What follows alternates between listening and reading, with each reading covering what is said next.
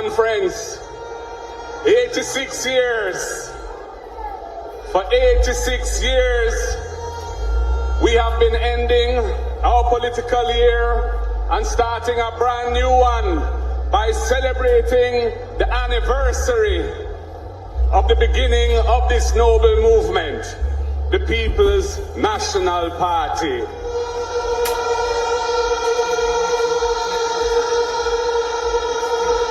This year, PNP River come down bank to bank. What energy! What a spirit inside this place. Anywhere that the word is love, it can be felt. I feel it right here in the national arena today.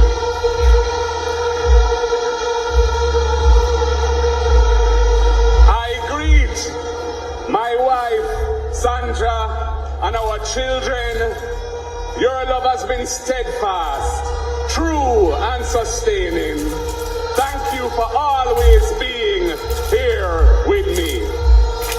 To the people of the mighty constituency of South St. Andrew, who have shown me the possibilities that come with making meaningful change in the lives of our people. Our guests from the diplomatic and consular corps, our visitors from overseas, especially our powerful diaspora who have come to Jamaica for this conference. The officers, executive members, NEC members, regional committees, members of parliament and councillors, candidates, constituency committees and group members and their chairs, cluster managers, workers, warriors, foot soldiers, all members and supporters of the People's National Party. You are the ones who make this party function. I must mention the teams at PNP headquarters and the office of the leader of the opposition. Members of the media providing coverage for this joyous occasion. In particular, I want to provide a word of comfort to those ravished by Hurricane Beryl in July this year. In particular, the people of Clarendon, Southern Manchester, St. Elizabeth, and Westmoreland. And I welcome those listening to us from your homes and in your communities, in Jamaica and all over the world. Comrades and friends, in Ecclesiastes chapter 3, verse 1, it says, "To everything there is a season and a time for every purpose under heaven." Well, I stand before you today and say, the time has come for change. Yes, comrades, the time is once again for Jamaica to choose change. Things cannot continue the way they are, and the People's National Party will bring change. Comrades, the PNP has been at the center of positive change in this country from 1938, which was over 20 years before political independence from Britain. Over the years, our leaders implemented a vision that led Jamaica forward. It is undeniable that the People's National Party, through every stage of its transition to a modern nation state, we were the ones guiding the country forward. Founding father, Norman Washington Manley, led political change, including universal adult suffrage, political independence, and nationhood. His son, Michael Joshua Manley, led the transformational social change that empowered Jamaicans to stand firm and shout from the mountaintop, I might be a simple man, but simply a man am I. Equal pay for women was transformational social change. No bastard law was transformational social change. Minimum wage was transformational social change. And rights for workers was transformational social change. Percival James Patterson delivered a vast range of achievements for the Jamaican people. He led infrastructure change, reminding this country that the road to development is the development of roads. He was the chief visionary behind Jamaica's modern highway network, and he became Jamaica's most successful political leader. That is why we say PJ.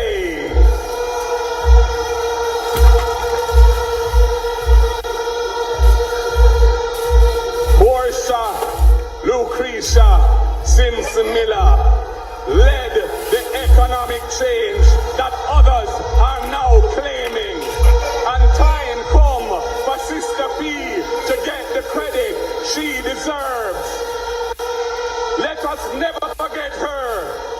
The Jamaica Labour Party government ran from every test and drove the country into a deep crisis, but it was under Sister P that we turned the country around and put our economy firmly on track.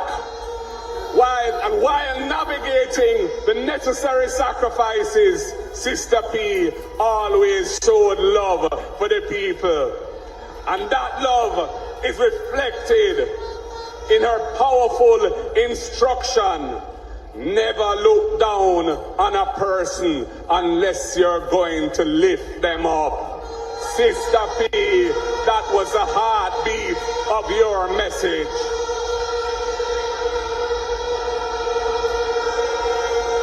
Dr. Peter David Phillips, he was the principal architect of our successful fiscal transformation.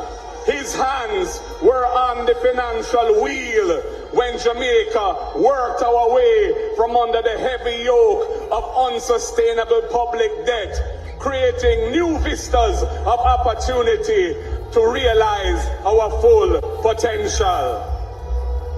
We are where we are today as a nation because the team of Portia Simpson Miller and Peter David Phillips guided us through the most turbulent times. We commit today as a party to forever defend their great legacy.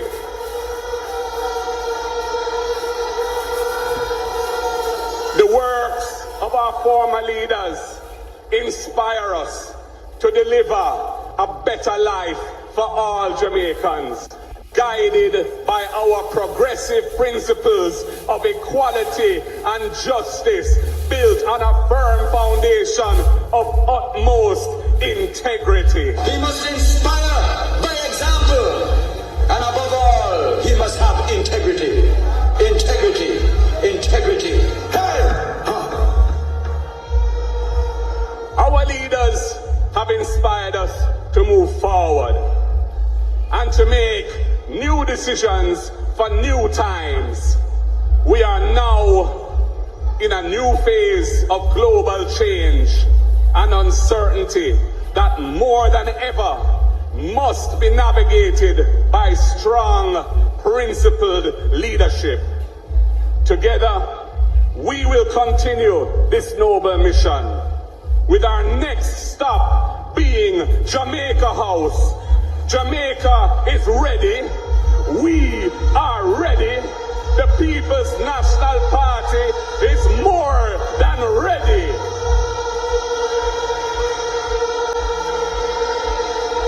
Today, as president of our party, humbly and respectfully, I make it clear to all Jamaicans and the world, we choose change. Our 21st century mandate is one of change for Jamaica, land we love. Together, we will deliver on that mandate. I want to say something about where I am coming from. As a teenager and as a young adult, I spent time on Jamaican streets and in the dance halls. I loved the rhythm and the energy of our culture. My worldview was inspired by the music and culture of Jamaica as much as by anything that I ever read in any book. I grew up in a home environment which believed in giving the most vulnerable people opportunities to build their lives. My father had the vision to build the country's leading center for the rehabilitation of persons with disabilities. And my parents dedicated their careers to empowering and uplifting that community.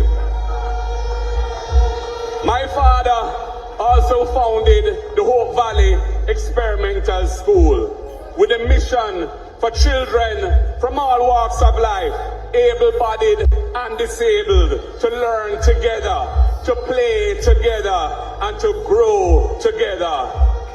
Those who could not walk had the same opportunities as those who could walk. There was no place for discrimination where I grew up. I born and grow with the understanding that whatever your color, your class, your creed, people are people. That is what I know. As Sister P said, never look down on someone unless you are lifting them up. This speaks to engendering positive values and attitudes in a nation by making our most vulnerable our most valuable. A caring nation requires that we put people first. These experiences taught me, as the donkey would say, that the world no level and that the system has to change. It must change if there is going to be real change. So I have grown and lived the tenets of the People's National Party, and no doubt that is what led me here. And comrades and friends, I never took my eyes off justice. So joining the People's National Party was an easy fit for me. When Prime Minister Simpson Miller invited me to sit in the Senate when she was opposition leader, it was an exciting opportunity for me to evolve from a career in the law and business into pursuing justice for our people. Social justice, economic justice, distributive justice, restorative justice, environmental justice. That is what Mark Jefferson Golding stands for. So, my fellow Jamaicans, we must forge a society with equality, fairness, social justice, and dignity for our people at the forefront of our hearts and our minds as we transcend the discussions and the struggles and hardships of our history and our present.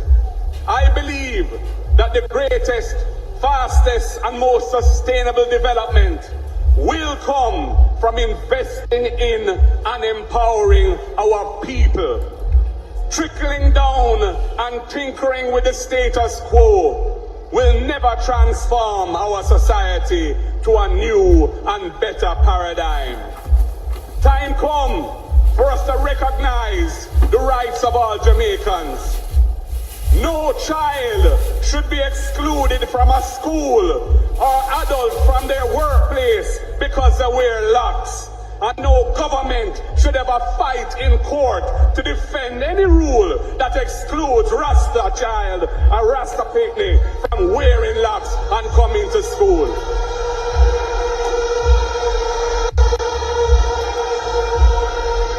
Time come to complete the reimagining of our ganja industry, liberating our small farmers and bringing them into the center of our policy to make that industry work for all Jamaicans. Time come to give our people access to the beaches and rivers of this country for their recreation so they can de-stress and enjoy the natural beauty of their island home. Time come to eliminate any abusive labor practices like the device of contract work in the public and private sector when it denies our workers their basic employment benefits. Time come to once again provide affordable housing for our people and to regularize land ownership for thousands, tens of thousands, hundreds of thousands who have lived without secure tenure for decades. Time come for a livable wage that adjusts with inflation so that a basic quality of life is assured to all our workers, and to do more for our long-suffering pensions as well. Time come for a new deal for our teachers, our police officers, our nurses, our firemen, our correctional officers who serve the public and deserve to be treated with respect. We have work to do, comrades. I know these things are possible with the will and skills to achieve them. These are part of the mission of the next PNP government. The Prime Minister just needs to fly the gate. Call it Andrew, call it, and Iman will sound the trumpet.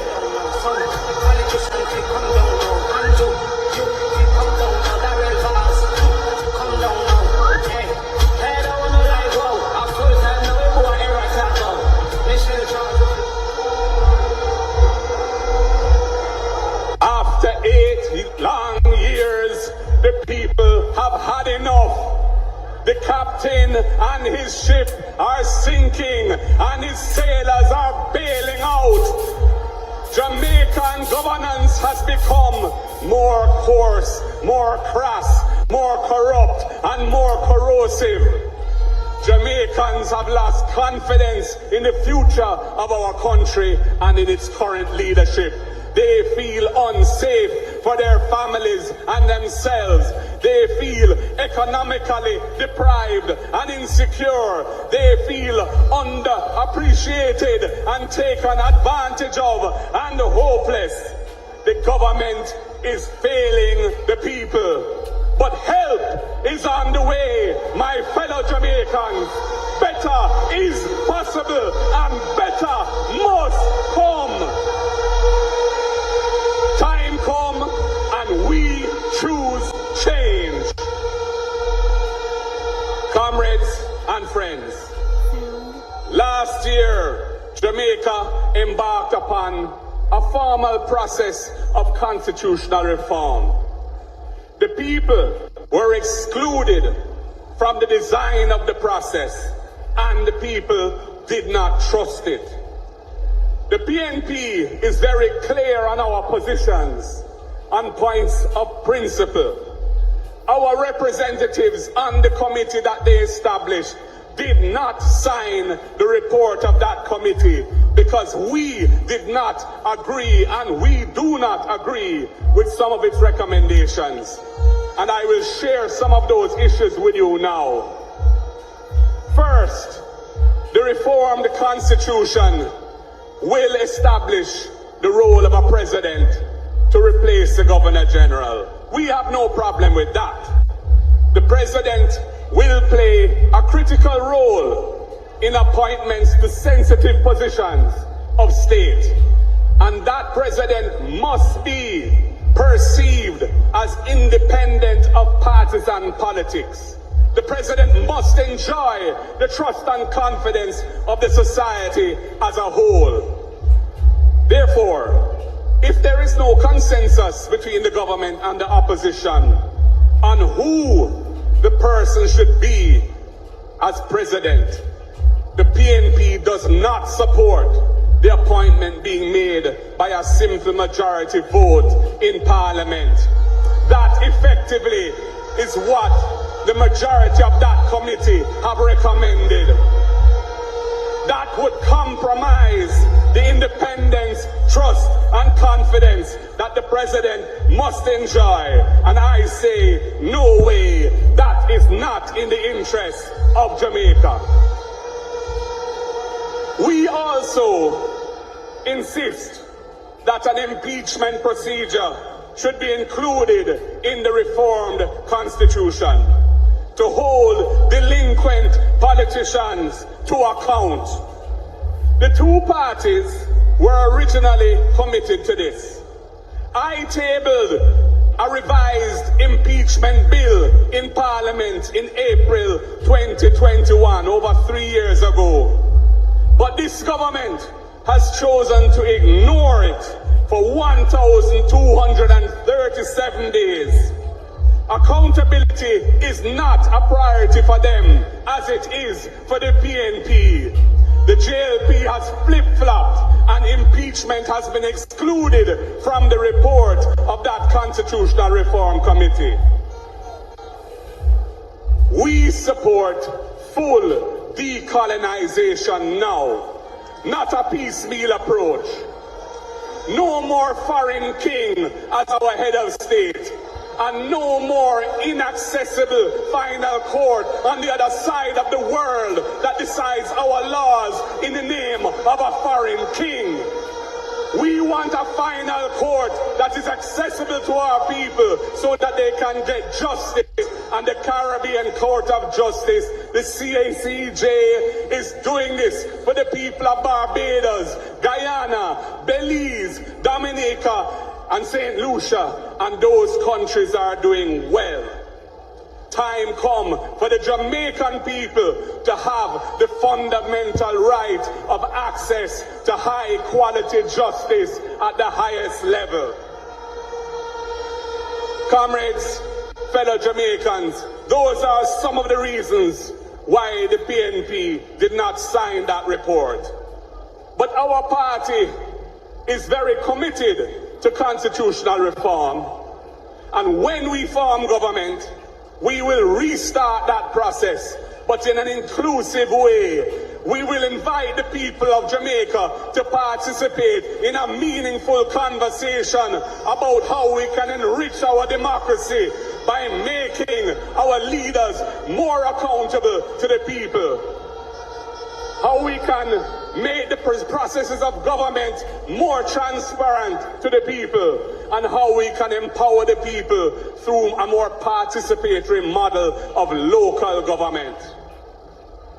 We are committed to completing the local government reforms which we embarked on when we were last in government but have stalled under this government. We will implement the commitments made in our local government election manifesto to empower our municipalities to deliver high quality government and services to the people in the municipal corporations. Jamaicans are tired of the impunity of those who hold political power. Public officials must be held accountable, and there must be transparency and openness in the conduct of national affairs and reasonable protection of privacy in personal life. I am very concerned about the insidious abuse of the Data Protection Act by state officials to restrict disclosure of potentially damning information in which there is a strong and legitimate public interest. First, it was to hide the details about the waste of taxpayers' money to make massive rental payments for an unoccupied building to a private owner. Then it was to hide information about the salaries being paid to the former DPP, whose extension in office was ruled unconstitutional by the Supreme Court, and to the person who was appointed to act as DPP pending a permanent appointment. Come take a look in Jamaica, injustice in the place now. If I you see the really place, if you want the peace out of many, but one set. There is no accountability for non-performance in this JLP administration. Government negligently allows critical boards and tribunals to grind to a halt because of failure to make appointments when the terms of those boards expire. The Early Childhood Commission, the Access to Information Appeals Tribunal, even the Public Service Commission itself have been examples of the government falling asleep at the job. And ministers desperately seek to pass the buck when a passenger falls sick and dies at our largest airport without any prompt medical response or even an ambulance to take him to hospital in time to try and save his life. Corruption is rampant at the highest levels of this government. You will remember during my budget presentation when they tried to prevent me from saying some critical things about governance, even shutting down the sitting of Parliament. Well, I went on the street and I said what I had to say, and I will say it here again. The failure to disclose the identity of the so-called illicit 6 MPs who are under investigation by the Integrity Commission for illicit enrichment remains a festering sore, only made worse by the Prime Minister's gag order on cabinet ministers speaking publicly on these matters. But wait, comrades, I have to rewrite that part because it is no longer 6. It has gone to 8. So let me say it again. The failure to disclose the identity of the so-called illicit 8 MPs who are under investigation by the Integrity Commission remains a festering sore, only made worse by the Prime Minister's gag order on his cabinet ministers and MPs speaking publicly on these matters. Comrades, I had to hurry up and say that a second time, because before we reach and finish here today, maybe it will move from 8 to 12, the way how the number of labor rights illicits seems to multiply like gremlins.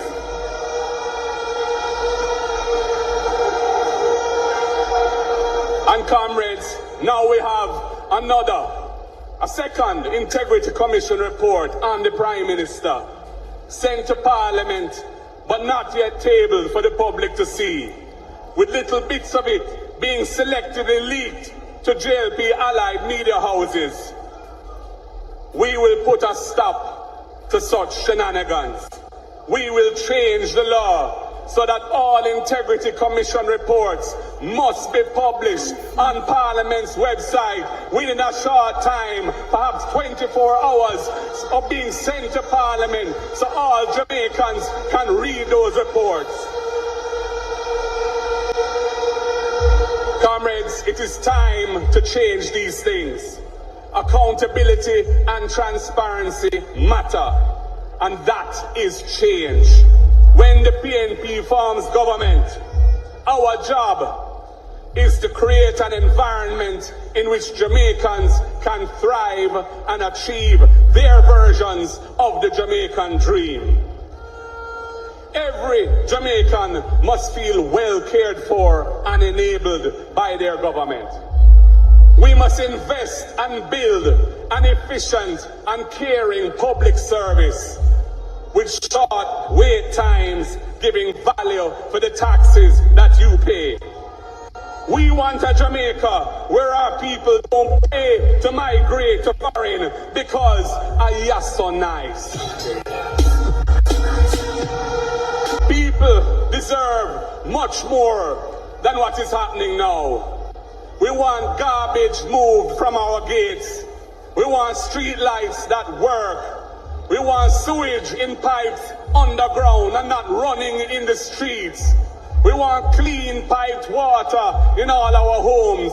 And we want roads that don't mash up our vehicles' front ends if you're lucky enough to have a vehicle. And we want public health facilities that treat people with dignity and provide good and affordable health care. And we need schools that give every child a strong basic education so they can go on to pursue whatever career they choose. And we want to feel safe in our homes and in our communities. While there is no magic wand to do everything at once, the PNP in government will prioritize the things that the people are crying out for every day.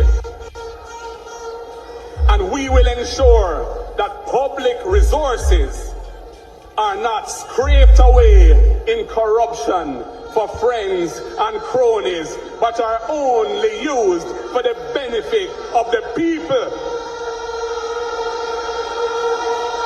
My fellow Jamaicans, the PNP will apply a mix of change policies to put things right. We are ready to move forward on a new path. The PNP's talent pool is deep and wide, with the right mix of experience, skill, expertise, energy, and commitment to transform Jamaica. We are ready to take the bold steps necessary to make Jamaicans' lives better, and we have a plan. Jamaica has one of the highest murder rates in the world. And our first priority must be strengthening and enabling communities to feel safe and secure. The PNP's vision for citizen security is built on a foundation of community partnership and empowerment. We are committed to the optimal blend of effective law enforcement with community-driven solutions to create a safer Jamaica. Our strategy targets the root causes of crime and delivers results that reduce crime and violence sustainably. A balanced approach to crime and crime reduction is at the core of our strategy. Our approach recognizes that public safety is best achieved when enforcement and prevention are working in harmony.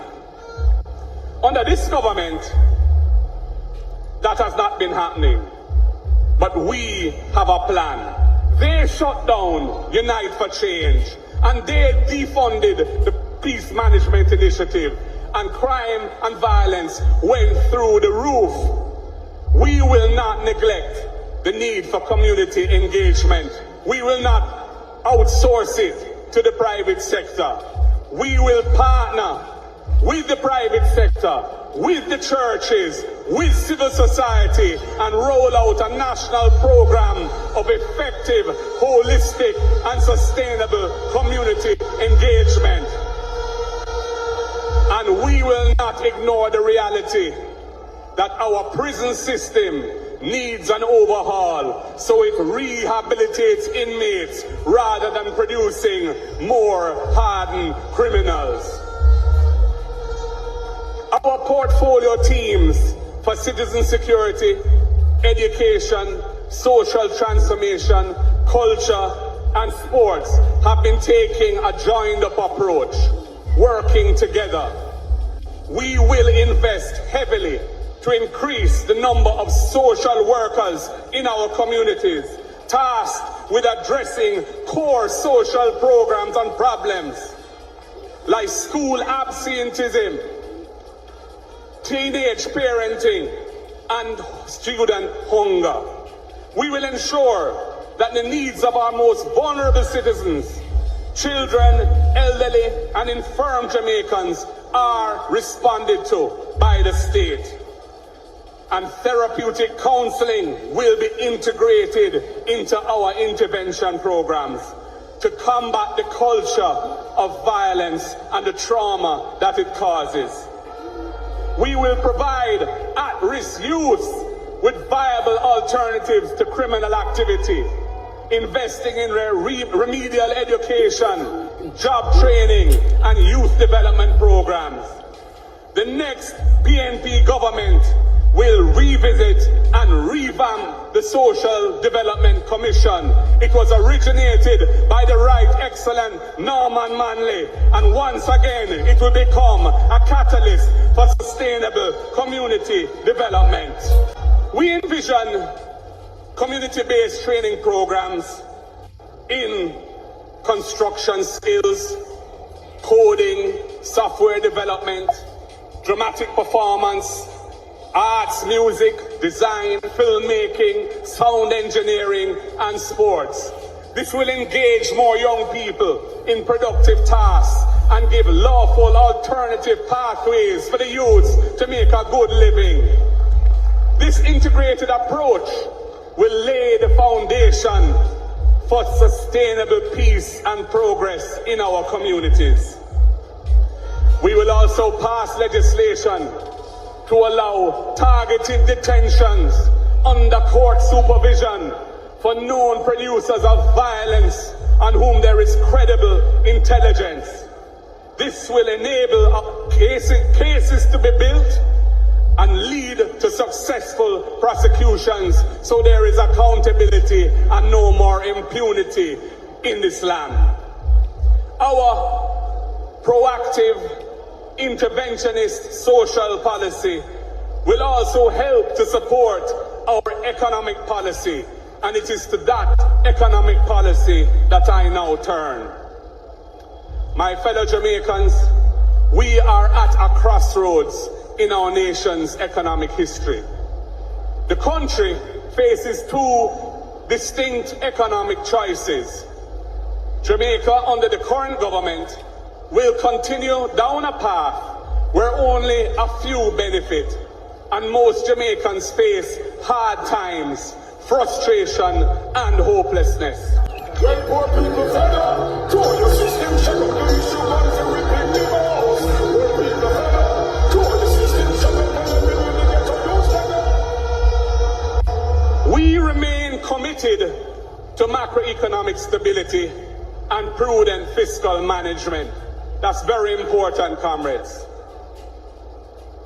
Never forget that it was the last PNP administration that did the heavy lifting to enable Jamaica to reduce its debt to GDP ratio by half in just 10 years. It's the PNP who achieved that and started that ball rolling in the right direction. But while that is necessary, it is clearly not sufficient. Our national sacrifices and fiscal successes must deliver real improvement in the lives of our people. Everybody must benefit and no one should be left behind. That is the PNP philosophy. We will build out our vision of Jamaica becoming a global maritime and aviation logistics hub. It started under us, but it has stalled. Jamaica must capitalize on our unique geographical position, right at the trade lines that pass through the Panama Canal and at the heart of international trade routes. We will build out clusters of logistics-related activities to increase quality, well-paying jobs and expand the economy, driving further investment in logistics-related industries. Our aim is to transform Jamaica into a premier trade and logistics hub and the gateway to the Americas and a cornerstone of growth in regional and hemispheric trade. We need a more balanced and resilient economy in an era of growing food insecurity. So, look out for the transformation of agriculture and the blue economy, our maritime economy, to drive rural development. We have to invest in farm roads, in cold storage facilities, in irrigation systems. We have to deepen the use of technology, marketing support, and expanded access to affordable loans for our farmers. We will forge collaborative relationships with the large private sector players in poultry, agro-processing, milk and livestock production to improve and increase their already significant contribution to the economy. We will partner with CUSS and other research institutions to develop productivity boosting projects and improve our planting stock, our animal genetics, our farming systems, animal husbandry and agronomy. We will boost our own research facilities at Bodles, Orange River and Montpelier. Experts in each sector will provide the blueprint required for our farmers to grow those sectors so as to ensure food security for our nation. Comrades, another critical industry in the pursuit of inclusive, sustainable economic growth is the cultural creative sector. The state must get behind this sector to assist it to reach its enormous economic potential for the people of Jamaica. Our portfolio teams will work together to establish a single authority for the efficient granting of permits for entertainment events. We will establish 24-hour entertainment zones in suitable locations and develop balanced and clear guidelines under the Noise Abatement Act for nighttime entertainment in communities. Comrades, energy is fundamental to the economic development of our country. Remember this government's promises in 2016 about big power plants and big energy companies to lower light bills in Jamaica. Well, they are nowhere to be seen. This JLP government has failed to bring on board any new renewable capacity to the grid. And we are tired of those promises from the government year after year. We will get it done. We have done it before and we will do it again. The price of electricity is too high in Jamaica and the PNP will get it down. So me decide say, well, me not pay the bill. So me say, alright, me not pay the bill. So me decide say, well, me not pay the bill. We will invest in regularizing electricity supply in communities where true-ups are the norm. And the state has to underwrite most of the cost of rewiring, inspection and certification and provide solar capacity pooled into community microgrids to reduce household electricity bills among newly regularized customers. Everyone must lawful. The current JPS license is coming to an end. So we have the opportunity, indeed the duty, to ensure a more responsive and forward-looking approach to customers' needs and the resilience of our country's transmission and distribution systems to be taken. Energy is critical to the economy. Change means enabling families to own land and afford proper housing. Land and housing are fundamental development priorities. In celebration of our first female Prime Minister, we will bring forth the Portia Initiative, the program for orderly renewal and transformation of infrastructure in all areas, the Portia Initiative.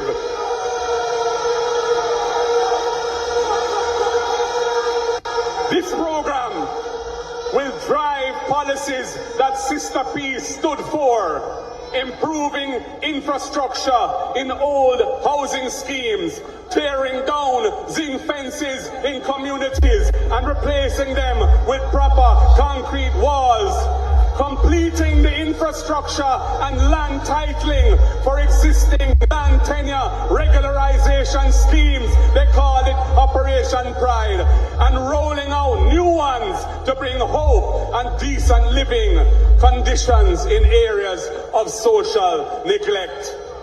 Our beloved Sister P will smile as the next PNP government improves sidewalks for persons with disabilities, provides housing assistance to needy citizens, and beautifies communities where our people live. The Portia Initiative is a must, and time come for that. The next PNP government will also make lands available to the National Housing Trust for qualified contributors so they can build their own homes. From day one, we are going to restore the core mandate of the National Housing Trust, which was the baby of Michael Joshua Manley. We will stop the extraction of capital from the National Housing Trust. It was an emergency measure. It was supposed to only last for 4 years, and it has now continued for over 12 years. And we will return to providing affordable houses for people who need to buy or build a home. We plan a comprehensive review of all laws relating to housing to find ways to make housing more affordable for all Jamaicans. These initiatives are all about balancing the books and the people's lives, something that Sister P always spoke about and believed in. Comrades, Jamaica must emerge from an economy characterized by low growth, low wages, low technology, low productivity. And to do that, we must choose change. And this area, investment in human development must be the key. It must be the key. And when it comes to education, the People's National Party's conviction remains the same. Education, education, education is at the top of our priority list. We are committed to building an education system that is inclusive, equitable, and excellent. Bold steps and real investment are needed to ensure that every child from the earliest years through to tertiary education has the opportunity to succeed. We have the plan and we are ready. Today, I reaffirm our party's commitment to excellence in education. Our approach to early childhood development will provide performance-based incentives for early childhood facilities to give them additional resources to improve standards.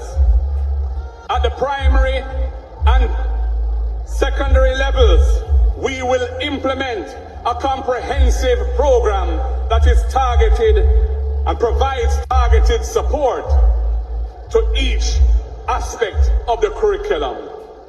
Expanding access to tertiary education is also a critical part of the mix. I have long advocated for the removal of guarantors for student loans, a policy that this government has eventually adopted, and it was a significant step forward. And we are in full support of that, because we put the interests of Jamaican people first. But as the party of ideas and implementation, we must take this further. We believe education must not be a burden of debt, but a bridge to a better future. We will make student loans more borrower-friendly. Graduates will only begin to repay their student loans once they are employed, and their monthly payments will be capped at an affordable percentage of their monthly income. And if there are times when they are between jobs or they're out of work, payments on their student loans will be deferred and tacked onto the back end of the loan period without penalties.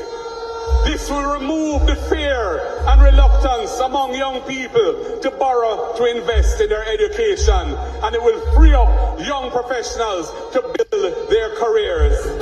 Teachers are the backbone of the education system, and we must show that we truly value our teachers, and we must do whatever is necessary to persuade them to stay in our education system. A student loan forgiveness program will be provided to our teachers based on their years of service in the system. And what we have in mind is that 1 year of payments on their student loan will be forgiven for every year that they remain employed in the public education system. Making the necessary investments in vocational training is also critical for Jamaica to move up the value chain. This starts at the secondary level. Every secondary school must offer a cluster of vocational offerings and will be equipped with state-of-the-art vocational labs, providing hands-on training in critical skills during the day for the students, and will be open to adults in the evenings, promoting lifelong learning and skills development. We also need to incentivize businesses to invest in training, and we have a plan. We propose that HEART matches dollar for dollar the amount that businesses spend on training. This will incentivize and expand business training programs even beyond the current employees of the business. We see a dynamic partnership between the state and the private sector to transform national productivity, rapidly developing our capacity to absorb new investments that create well-paying, high-value-added jobs for our people. It cannot be denied that to have a strong and productive economy, we must have a healthy population. Every Jamaican has joined in the sacrifices that reduced our country's debt. Our people ought to be repaid with a health sector that treats every Jamaican with dignity, not burdened by long waiting times, sleeping on floors or chairs because there are no beds available to admit them when they are sick, and heavy charges for outsourced diagnostic tests that cost an arm and a leg because the equipment in the public sector health system is not being maintained. Millions of dollars are being spent on marketing a broken health system to make everything seem fine and dandy. Popularity is being prioritized over the health of our people. Under this government, the Cornwall Regional Hospital is still barely functioning. The last price tag we heard for its refurbishing was over $22 billion, when $2 billion was originally to be spent, and no one has been held accountable under this regime. It is scandalous, and it is putting additional pressure on the health system. to try to cover up or cover for this major health facility being out of action for so long. We choose change, and here is what we will do. We know that prevention is much better than cure, less costly and faster. We will focus on primary care to detect and treat diabetes, high blood pressure and other chronic diseases, and screen for the early detection and treatment of cancer. The goal is to treat patients well before they get so sick that they need to be admitted into hospital. We will reform procurement and inventory management in the health sector to ensure value for money, and we will give healthcare workers the necessary tools to do their jobs properly. We will train teams of biomedical engineers to repair and maintain the broken equipment, the X-ray machines, ultrasound, CAT scan, ventilators, and keep them in working order so patients have access to them when they need it most. We will expand urgent care services to reduce overcrowding and long waiting times in emergency departments. Comrades, it is a disgraceful blot on this government's record that maternal and child death rates are higher today than they were in 1995. Jamaica is going backwards under this government. Mothers and babies are dying. What happened, Andrew? How come you don't hear the dead babies now? I hear the spirit of a little baby crying. I hear the spirit of a little baby crying.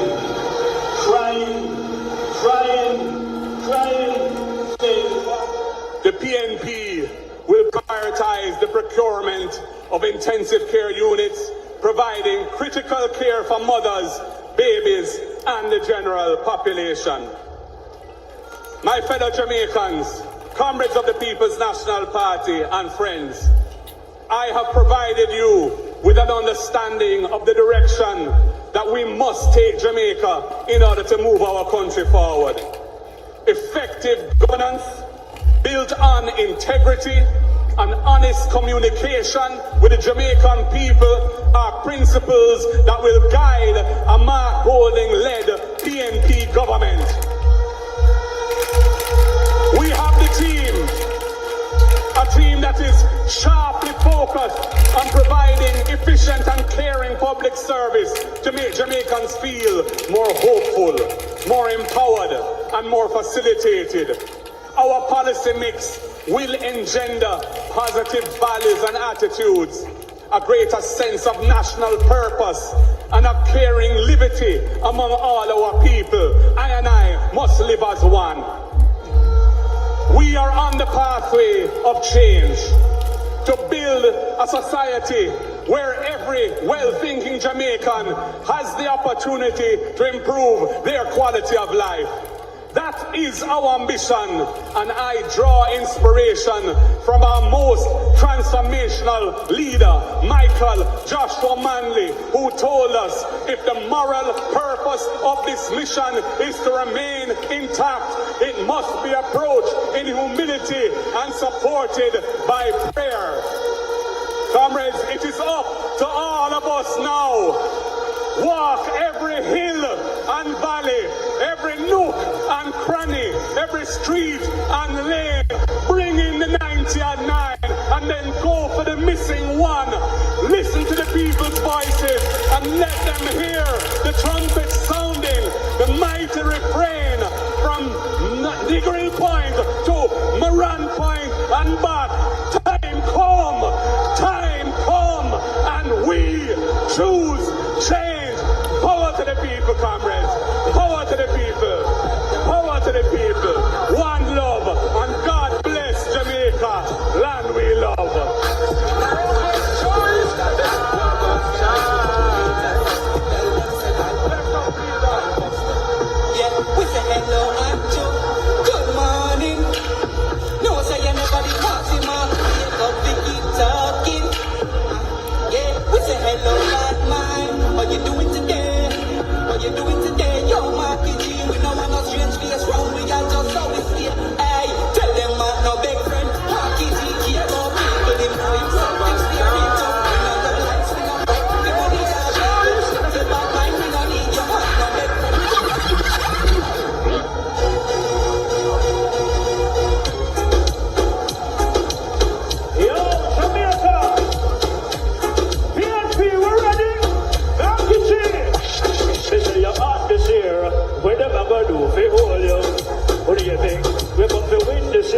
that evil and so can't hold him.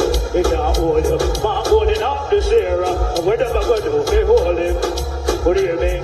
He got to win this era, that evil and so can't hold him. They can't hold him. Man holding up the same, because of the wind, no, if I liberate that this and get damaged, and if we just back, because of the wind, and this year they won't go crowd, they make it not do it. Come as a land don't feel it, live in the second.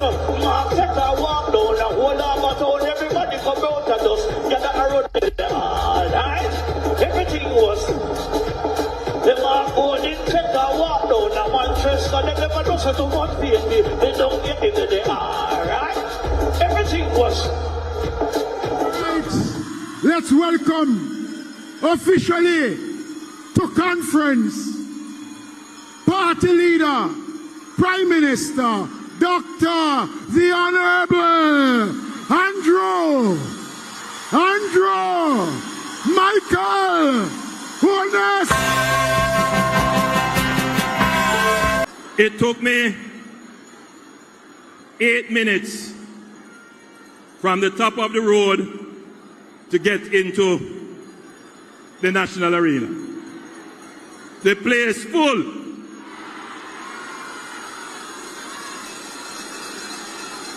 You have a crowd about 1.5 times the crowd inside here, outside.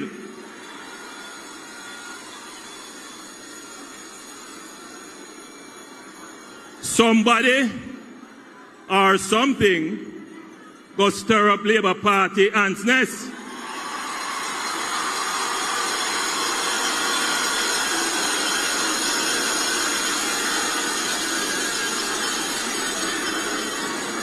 My Jamaican family locally and in the diaspora watching this broadcast, friends, dignitaries and observers in the diplomatic corps in attendance, executive members and officers and representatives of the Jamaica Labour Party on the platform. I make special mention of our friends from the Maroon community who are here with us.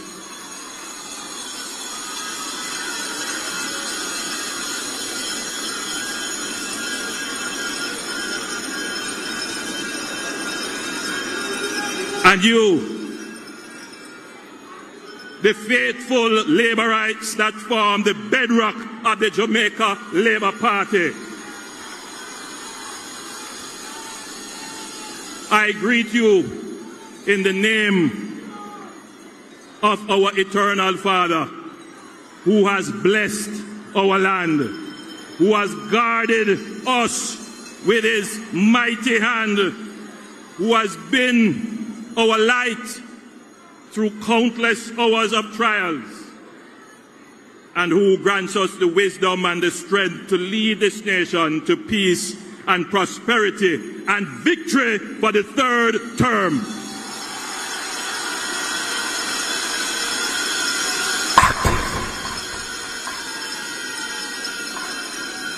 We are a young nation, but as a people, we have been in a long struggle to secure our freedom, political independence, which we have done. Today's struggle is about achieving our economic independence. Our national hero, the Right Excellent Marcus Mosiah Garvey, believed in achieving economic independence. He said, Jamaica should become the headquarters of a great industrial, commercial, and cultural movement. We want to be able to employ our own people, to build up our own business, to create wealth for ourselves. We must have a people with a self-reliant economic base. We must build the foundations of our economic system. Marcus Garvey would be proud of what this government has achieved today, fulfilling the vision of economic independence. More Jamaicans are employed now than at any time in our history. Our national debt which was driven up by the PNP, as high as 146% of GDP because of FinSAC, high interest rate policy, and loss-making public bodies.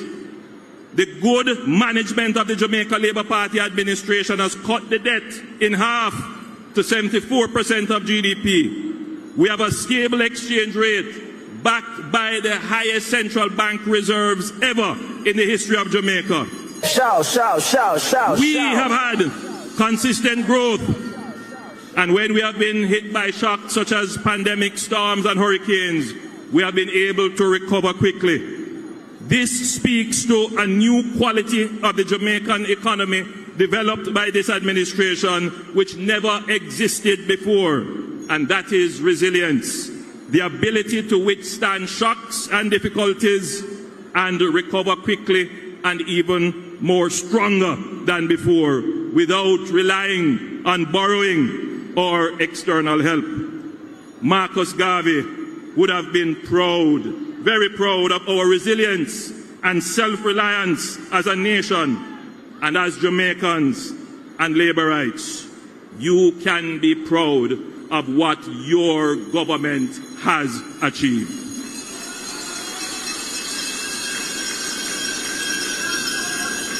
Economic management is a means to an end, ultimately cutting the debt in half, stabilizing the exchange rate, stimulating full employment, must translate into better roads, better housing, better health care, better education, better wages, better garbage collection, improved security, indeed a better quality of life for all Jamaicans. Your government understands this, but your government also understands that you cannot have a sustainably better life without a strong, growing and resilient economy. However, we would be mistaken to believe that a strong economy by itself will automatically lead to a better quality of life.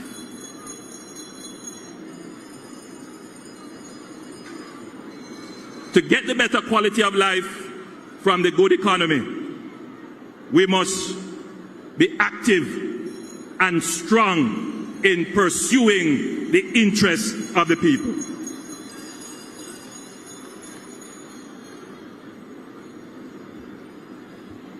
The people in Troy who were without a bridge for 2 years, the people in Rasta City who waited for their housing development for 5 years.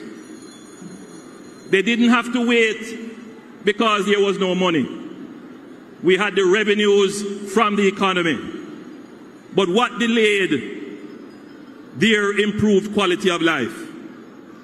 What delayed it was bureaucracy, inefficiency. Things just take too long to get done.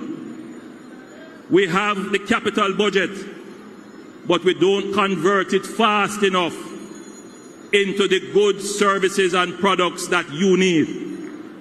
And so today, as we celebrate our good economic performance, we must now create a laser focus on becoming much more efficient. We must remove the roadblocks, the red tape, the bureaucracy, the unnecessary documentation. We must become more efficient in what we are doing. The theme of our conference is active and strong, delivering on the mission of prosperity for all. I want you to know that as my administration moves to the next chapter in our economic independence journey, in ensuring you get the benefit of a good economy, we will be active and strong in cutting red tape and bureaucracy which holds up and frustrates your prosperity. We are going to be active and strong in removing the legacy requirements and outdated requirements which place a burden on you and increase your cost of living.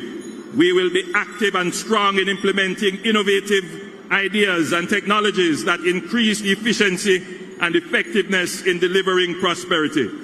We will be active and strong in ensuring that the vulnerable in our society, the poor in our society, those that have been left out, those that feel frustrated, we are going to be active and strong in ensuring that they too can feel a part of the prosperity train of the Jamaica Labour Party. JLP cares for Jamaica. Come on, come on, come on, come on. We care about the people of this country. We pay close attention to what is being said about the cost of living. We didn't create this crisis of cost of living, but we are the government and we take responsibility for steering the ship through difficult and choppy waters. And that is why, Labourites, we have always been the better sailor, the better captain of the ship of Jamaica. Whenever Jamaica faces a crisis, it is the Jamaica Labour Party that is called upon to navigate the difficult times.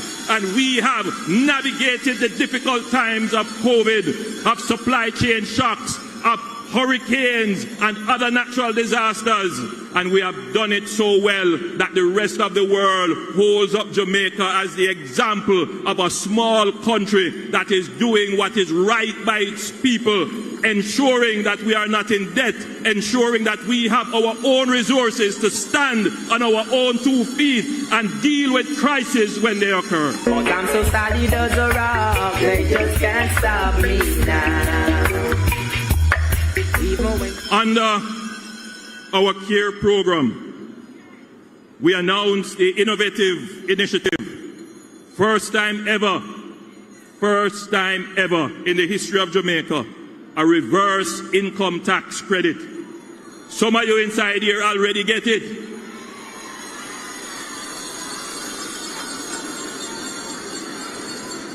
We will be giving back to persons who are self-employed or who are employed $20,000. And already we have given, when we make the payment coming up this week, 290,000 Jamaicans would have received the benefit of the reverse income tax credit. 290,000 to be specific. 290,912 Jamaicans have received cash back in their hand. When has that ever happened in the history of Jamaica? It has only happened under the Jamaica Labour Party. And this is to complement the increase in the income tax threshold from 1.5 million to 1.7 million for high-income earners. Over 200,000 persons who earn above 1.7 million would benefit from the income tax threshold. We have increased path benefits by 30% in the last budget, and that benefited 236 path beneficiaries. Some of you are inside here, but you imagine 236,000 Jamaicans benefited from that increase. And we did all of this because we understand the impact of food prices, particularly on you. There are a set of persons, however, that we have not fully captured in our Care Give Back program. These persons are not registered on PATH. When we walk in the campaign, we meet some of them.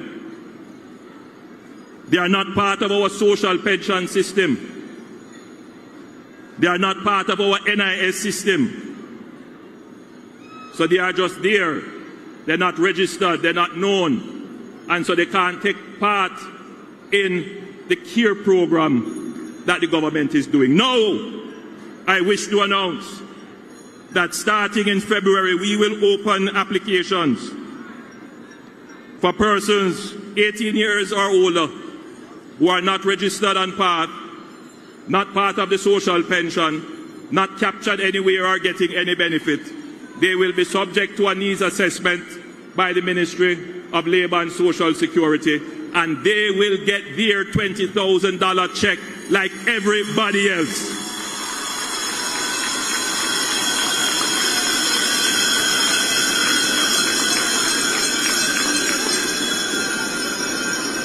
But this will also ensure that after they register, they remain on our register, that they get identification, that we can place them permanently on PATH or permanently on the social pension or permanently as NIS beneficiaries. We are going to ensure that every single Jamaican that is in need of help and assessed to be so gets the help they need from the government. We care about your electricity. We care that your electricity costs are a significant part of the cost of living that you face. Everybody complain about their electricity bill. Everybody. It is estimated that only 70% of Jamaican households can afford to pay their electricity bills. So you can understand why we have so much throw-up.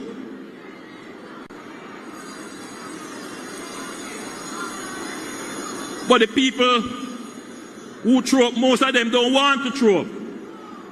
What they want is an electricity market, an electricity system that allows them to pay within their economic means. But the system that we have is not designed like that.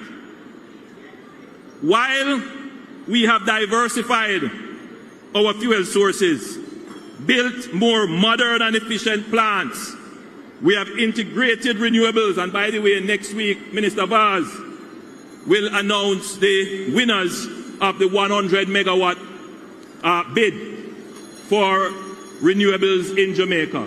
In other words, we are increasing significantly renewables on our grid.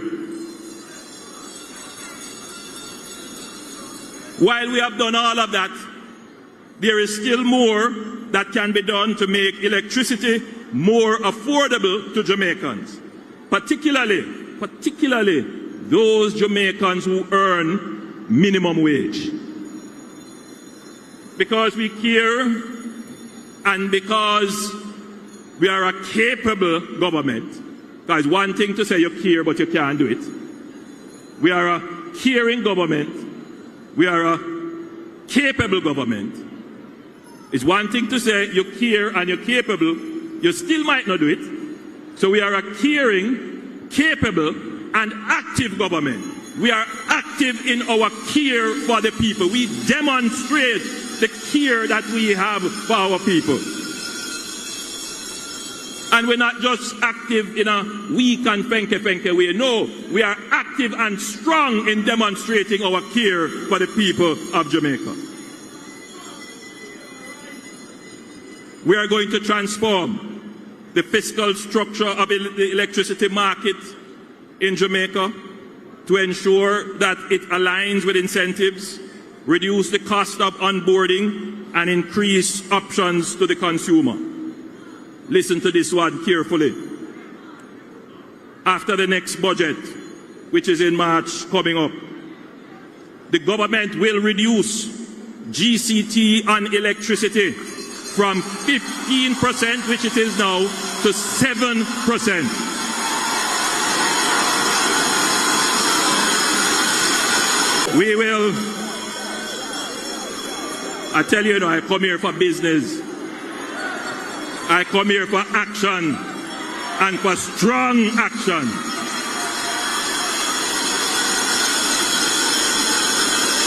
We will remove the non-tax threshold and replace this with an incentivized compatible rebate of GCT for persons who use 200 megawatts or less per month.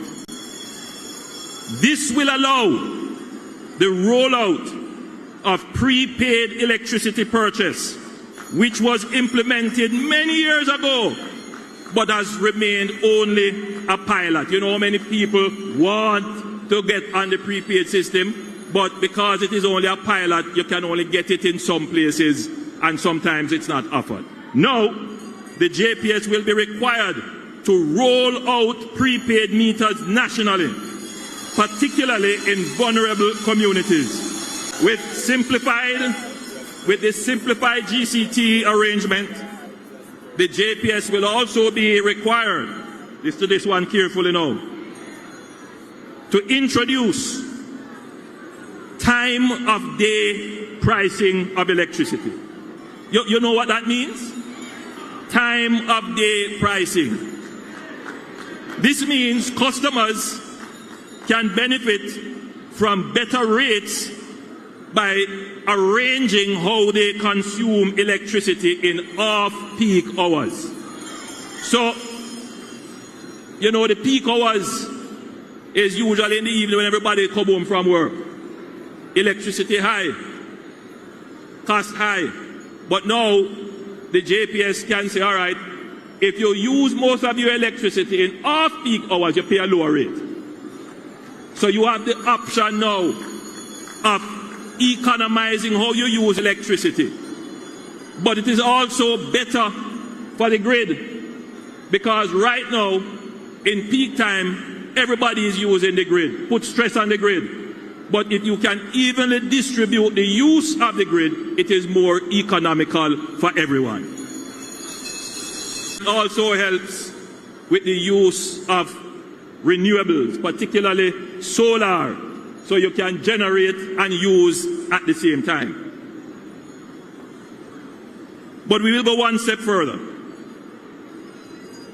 The government will scale up its pilot project of onboarding customers in vulnerable communities through the Community Electrification House Wiring Program, which provides households on the program with electrical outlets, lights and switches, and GEI, that is the General Electrical Inspector certification.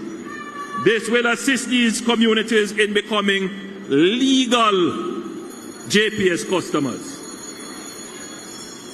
So the Jamaica Labour Party will reduce the cost of becoming a legal JPS customer. We will reduce the tax burden on electricity, and we will improve the efficiency of the electricity sector. We will reduce the cost of living to you that electricity poses, and we will increase our growth prospects by having a more efficient electricity grid, thereby increasing our prospect for growing the economy. This is how an active, strong, and caring government demonstrates its care for the people. Shout, shout, shout, shout, shout. But more than that, this is now the beginning of finally addressing this issue of energy poverty, which we see right across Jamaica, that robs the people of their dignity, that they have to steal electricity in order to survive. This government will change that and change that mentality in our land. We will restore the dignity of our people. JLP! My Jamaican brothers and sisters, water is life. And we must do everything to ensure every Jamaican can legally access water. Minister Samuda has been doing a good job in getting the water projects off the ground and bringing water to the people. But I know that we can't do it fast enough. I understand the frustration of the lady I met in Northeast Manchester who told me that she has been carrying water from she's a little girl and she's 76 now and she can't carry water anymore. I understand that. And I give her the assurance that we are working as hard as we can, as smart as we can, as efficiently as we can to bring the water projects to fruition so that no 70-year-old lady has to walk with water on her head.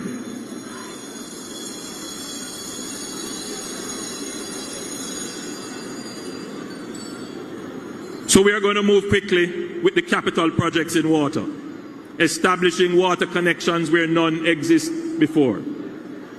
However, where connections are already established, we can also make it easier for persons to connect. I want you to listen to this one carefully.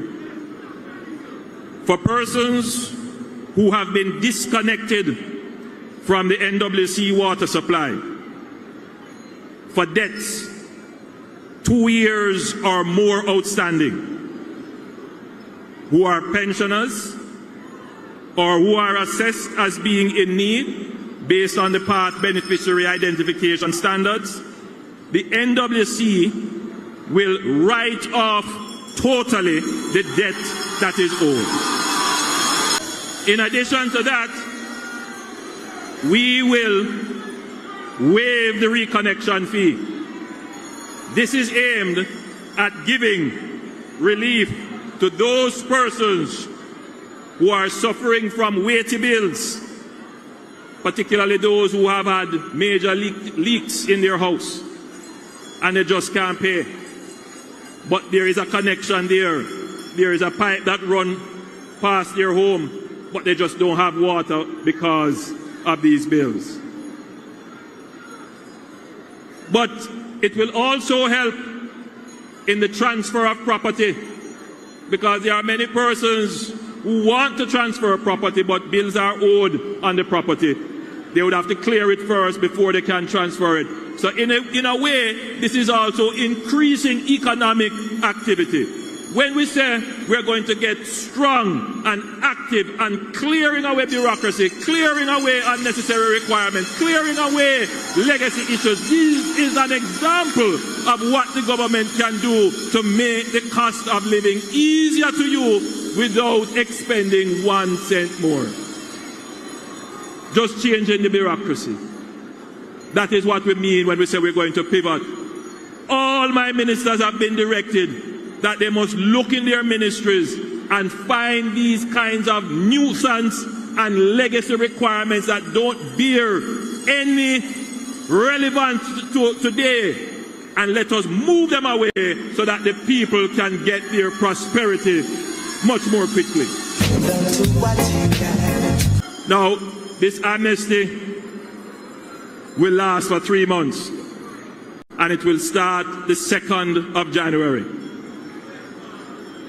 We will not only write off the 2-year-old or older debt, but we will waive the reconnection fee, because the objective is to get you back on the system.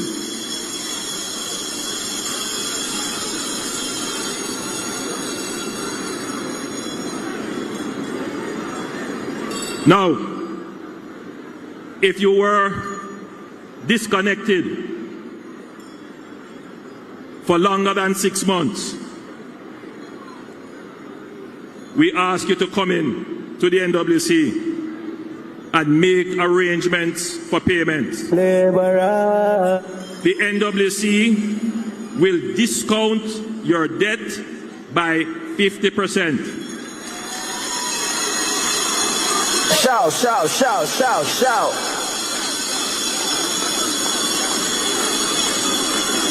And if there are special cases, as assessed, the discount might be even higher.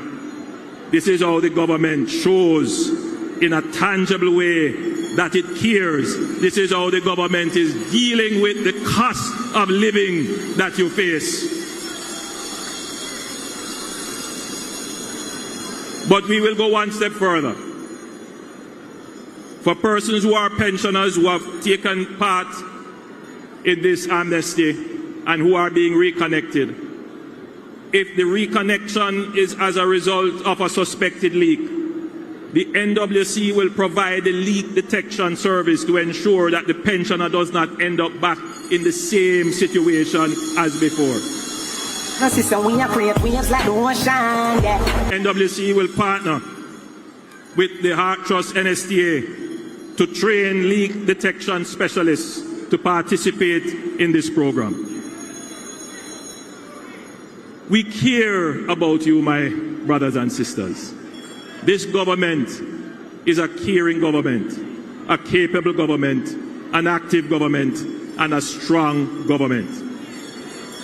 We hear the complaints about public transportation and the cost of transportation. Sit down, Minister Vaz. When I call your name, you stand up. Public transportation is already heavily subsidized in areas served by the JUTC, particularly school children who are able to access the service. They benefit the most. In rural areas, however, school children, students, do not systematically receive this benefit. So there is an inequity in the distribution of transportation subsidy. The government currently does make some provisions to certain schools to offset the cost of transportation to students. However, the arrangement is not universal or evenly applied. The Jamaica Labour Party government will fix the problem once and for all and ensure that all our students benefit from reduced transportation costs. Minister Vaz, you can stand up now. Jamaica Labour Party. Minister Vaz has been directed to deploy 100 new buses that he got earlier this year to urban centers in rural areas. I am happy to see that a bus route has been established from Kingston to Morant Bay, and that is just the first in many to come. The Montego Bay Urban Transit Company was refleeted with 12 buses which currently benefit 6,000 students from St. James, Hanover and Trelawney. By mid next year, by June, July next year, 100 new buses will be added to the fleet again. The CNG buses, the gas buses, compressed natural gas, that are far more efficient, that reduce the theft of fuel, and are far more economical to operate. And you know who will get the benefit of that saving? You. You. That is the result of active, caring, strong, transformational, thoughtful leadership that the Jamaica Labour Party gives to the people of Jamaica. You had the best. These buses.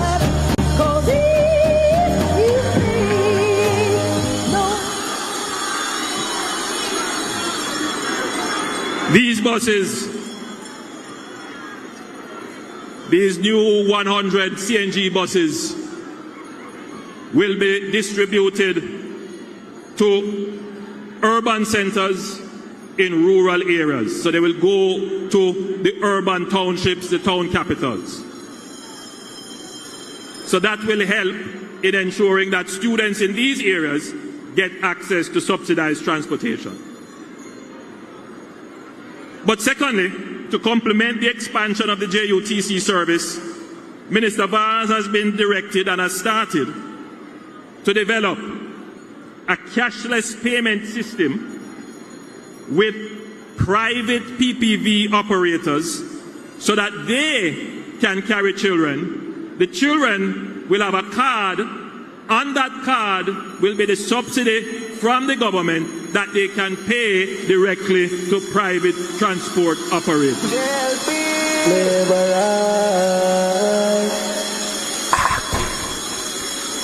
This will further extend the subsidy to rural communities and rural students so that there is equity in the society as it relates to public transportation, and that will significantly impact the cost of living that you face. Again, the vision, action, thoughtfulness of a strong and caring government.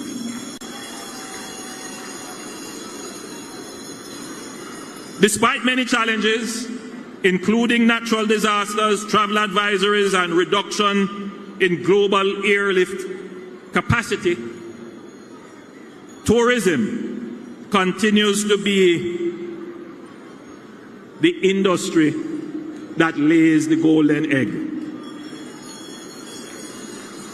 We must protect the tourism industry and ensure that it continues to grow in a sustainable way. We support the workers of the tourism industry as they seek fair compensation and better work conditions. We will do our part to facilitate negotiations and to ease the cost of living burden on the workers in the tourism industry as we favorably examine the relief of taxes and tips and make a final announcement in the next budget. I have noted the concerns of other stakeholders in the industry, particularly those stakeholders who are in our craft markets and who were badly affected by the fall-off in cruise ship visitors. To lighten the burden that they are currently facing, the government will waive fees for all craft vendors in government-owned craft markets for the months of December and January.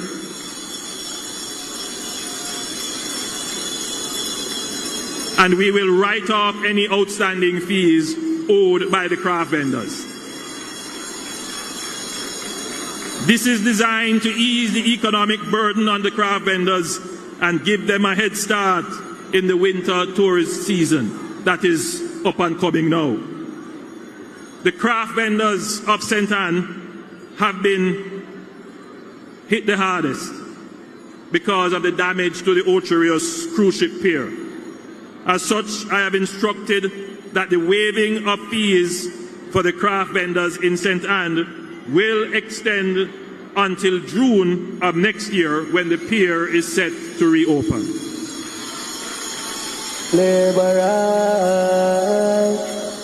I also want to announce that next year we will begin the tourism worker new social housing program, where the government of Jamaica, through the Tourism Enhancement Fund and hotel owners and operators, we will partner to build social housing for needy tourism workers.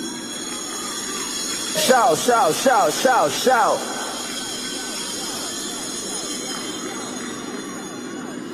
And there is more, but I can't say everything right now.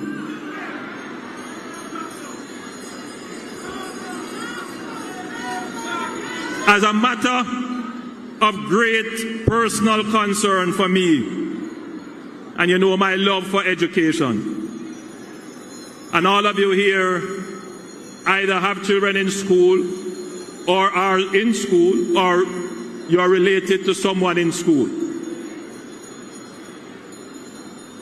I am very concerned about the re-emergence of prohibitive auxiliary fees. I am extremely concerned about the re-emergence of prohibitive auxiliary fees. In 2007, this administration initiated what we call tuition-free education. because we believe that every child deserves to access education right up to the highest level. So it really pains my heart as I move around and I hear parents complaining about fees. I understand that the cost that the schools face to provide quality education can be expensive. I understand that. But I want to remind school administrators that non-payment of fees should never prevent a child from accessing education. Under this government, no child will be denied access to education due to financial constraints. We are seeing a concerning increase in the rate of non-attendance at school and non-registration at school. And this is particularly since the passage of the COVID-19 pandemic. It is in all our interests to have all our children in school, regardless of their ability to pay. If you keep poor children out of school by enforcing prohibitive fees, then we are also increasing the likelihood of their children not having the life chance of going to school. In other words, we are perpetuating generational poverty. I have asked the Minister of Education to strengthen, refocus, and re-emphasize the capacity of the Ministry of Education in truancy. Every education officer is effectively a truancy officer, and the law provides for the deputizing of appropriate personnel as truancy officers. I have asked the Minister of Education to establish specific truancy officers in all regions. They must go out after examining their register and see who is not attending, knock on those doors, find those students who are not attending school, and bring them back to school. The government stands ready to provide the support for those students. We cannot allow students to be out of school.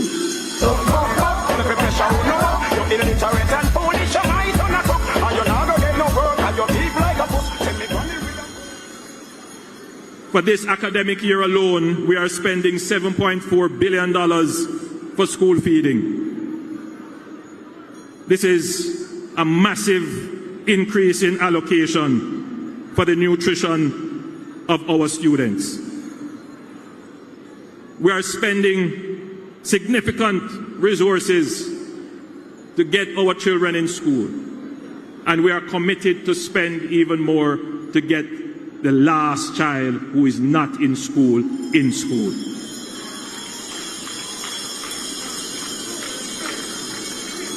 My Jamaican family, I have so much to say, and I feel like the Bob Marley song. So much things to say right now, we got so much things to say. But I think I have substantially whetted your appetite. I think you have seen that your government is not only capable of managing the economy well, but our government truly has a heart that cares. We create the cash and we create the care. We are therefore the consummate government. The Jamaican people can see that it is one thing to listen to a bag of mouth and a bag of promise, but nothing that I have said here is a promise. All of what I have said here is happening, about to happen, or will happen shortly. Jamaica today is a different place from Jamaica 10 years ago. And I am very pleased to be with you on the journey in transforming Jamaica. Yes, there are still challenges. Yes, there are still hardships. Yes, we see that there are inequities. Things may not be fair. But it depends, my friends, on the perspective you take. If you take the view that the glass is half empty, then you are looking at the bottom. Your head is cast down. But if you take the view, like all labor rights, optimistic, positive, prospecting, that the glass is half full, then you are looking upwards.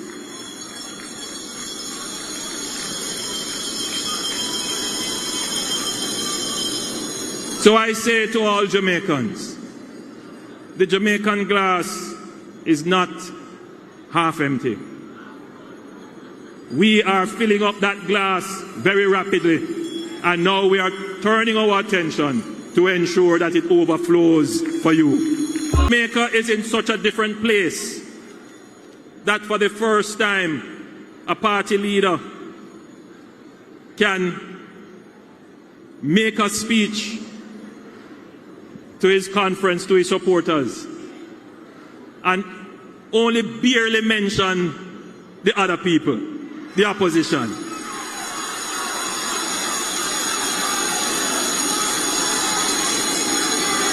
We are not in a fight with them. They are not in our league. We're not running any race with them. We have too many things to show. We have the achievements. For the first time ever, a government can campaign on what it has achieved. A government can campaign on showing the people what will come, not empty promises, but you can look on the track record of achievement and make a judgment. If you were to ask yourself, who is capable of delivering the future that you want, then it must be the Jamaica Labour Party. It comes down to one thing, my friends, one thing. The Jamaica Labour Party always fixes things. The Jamaica Labour Party always builds things. The Jamaica Labour Party deals with now, and it deals with the medium term, and it deals with the long term. The Jamaica Labour Party knows how to steer the economy and at the same time ensure that the people who are on the ship don't die from seasickness, because we know how to properly maneuver the heavy waves and the white squall and challenges that come when you are running a country. Good sailors we are. But what it comes down to, my friends, that we must always have in front of us as we consider that a time for decision is near. That whenever the other people have the helm of the ship, they run it aground. They mash it up. They create problems every time, bar none. And that is why, my brothers and sisters, I continue to offer myself. I not only have so much things to say, I still have a lot of things to do.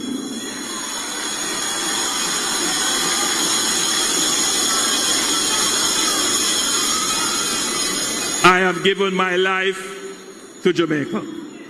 I am yours.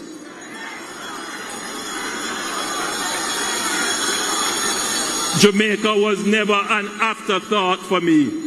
I have been in this thing since I was 18 years old. You know that I have your best interest at heart. You know that I am not going to sugarcoat and tell you any lie. I'm going to tell you as it is. And I am telling you that the Jamaica Labour Party has the energy, has the vision and the ideas. We have the people to continue to change Jamaica. It is the Jamaica Labour Party that is changing Jamaica for the better. I charge each and every one of you here today who came from all over Jamaica, from every nook and cranny, from every corner and crevice, to go back and deliver the message to the people. The Jamaica Labour Party is the best choice for leading Jamaica. The Jamaica Labour Party is ready for the third term, and with your support and your help and God's blessings on us, we will form the government for the third term. God bless you. I love you all. Get home safely.